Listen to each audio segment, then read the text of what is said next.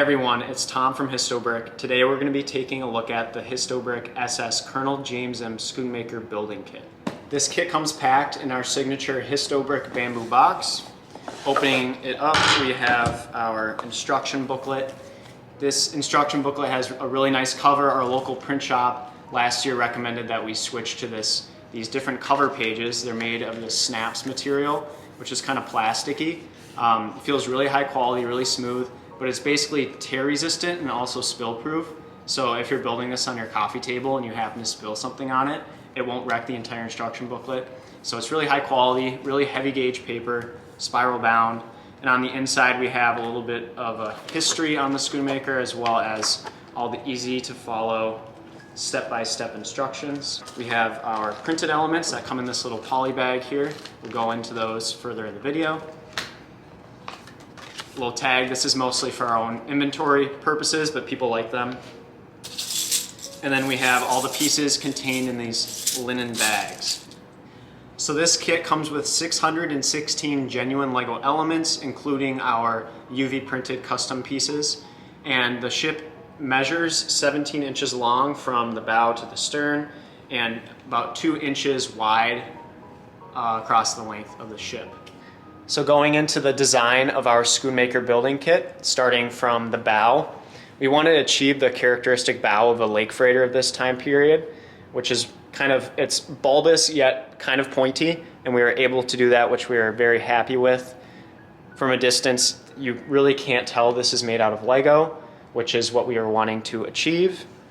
We've got the Colonel James M. Schoonmaker nameplates on either side of the bow. Those were made using our UV printer. We've got a double-decker pilot house. These had 360-degree windows. And we also have a slight shear of the hull. So you can see this little red section, how it bumps up. Ships are built with a shear. They're kind of shaped slightly in a U type of shape, and this allows them to be more stable in the water. And so we wanted to capture that, and especially with these lake freighters, because what they'd be doing is going through swells and kind of going up and diving back down. And so the bow was slightly raised to provide it that extra height above those waves, which would be coming crashing over the front of the bow. So moving down the side, our model has 18 hatches. The original ship was launched with, I believe, 48 hatches. What they needed 48 hatches for, I'm unsure about, but so that when it was modified, I believe in 1948, they reduced it to 18 hatches. This ship has a really nice color to it. It's built in the Schoonmaker Furnace Company colors. This is what the ship would have looked like when it was launched in 1911. These were the characteristic colors of that company. A lot of Great Lakes shipping companies have their own liveries. They have different designs, different areas where they put the logo and emblem of their company. The Schoonmaker Furnace Company elected, obviously, to do this green color, which was very unique. There's not that many lake freighters that have green hulls. On the deck here, we were able to achieve a really cool feature. So lake freighters would have railings on either side of the deck, obviously to catch the sailors during rough weather and to prevent people from going overboard. And we were able to achieve this slight lip on either side of the hull by using these panel pieces. You can see this little bit of a building technique that we use. This hull is completely one piece, so when you're building this, you build kind of the bathtub of ship, and then you slide this in there, and that becomes the deck, and it leaves you with that lip. On the stern of the ship, we have the Schoonmaker Furnace Company emblem. This is also printed with our UV printer. There are no stickers in this kit, so you don't have to worry about placing them or anything. They're UV printed on these pieces, so they will not come off unless you really try to scratch them off with a knife or something, which we do not recommend. We also have a little deck crane hatch right here. This would have gone up and down the deck and would have been able to pick up these hatches, because the hatches on lake freighters would weigh several thousand pounds to prevent them from coming off in rough weather. We also have the rear mast, and on the back here we have 2 lifeboats, one on either side, and we have the propeller and the rudder, which you can move around. A couple interesting facts about the Schoonmaker. When launched in 1911, the Schoonmaker was given the title Queen of the Lakes, which is given to the lake freighter or ship on the Great Lakes with the largest length as well as elegance. And so a lot of the shipping companies on the Great Lakes, they have flagships, and these ships are kind of representative of the company. And on these flagships, they would have guest suites. So on the Schoonmaker, this was the flagship of the Shenango Furnace Company, they had 5 guest suites.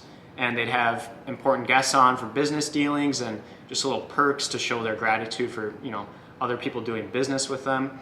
And at one point, Andrew Carnegie was actually aboard the ship in one of the guest suites.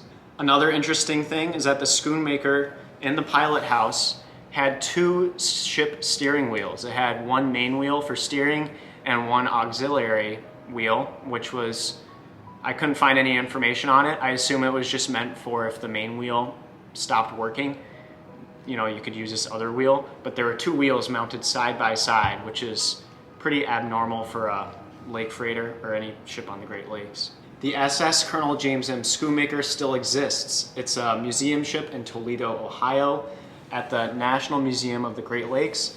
And you can see we have their logo on our instruction booklet. And for all the kits that are sold, we're donating a portion of the proceeds to their museum.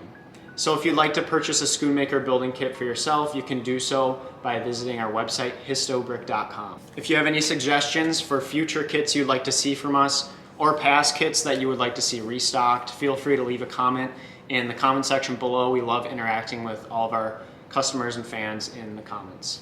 Coming up is a short montage of us building the Schoonmaker kit. If you'd like to watch to see how our Histobrick models are assembled. Otherwise, I'd just like to thank everybody for following and supporting Histobrick. We just love the community that's been built around this. And yeah, thanks for watching.